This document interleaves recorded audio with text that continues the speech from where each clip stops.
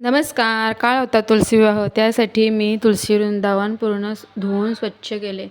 त्यानंतर अंगणातीलच फुले घेऊन मी त्याच फुलांचे मस्त असे हार बनवले.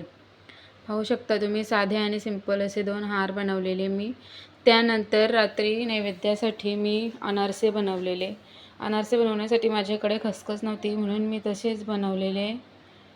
काहीतरी गोड पदार्थ हवा आहे म्हणून. आणि रात्री अशा प्रकारे आम्ही तुलसी विवाह साजरा केला.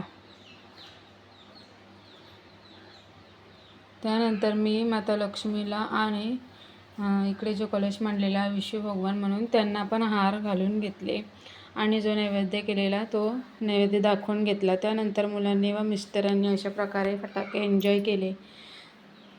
जियांशला तर खूपच मज्जा आलेली, पण त्याला फटाके वाजवायला खूप भीती वाटते. अशा प्रकारे आम्ही तुलसी विवाह संपन्न केला.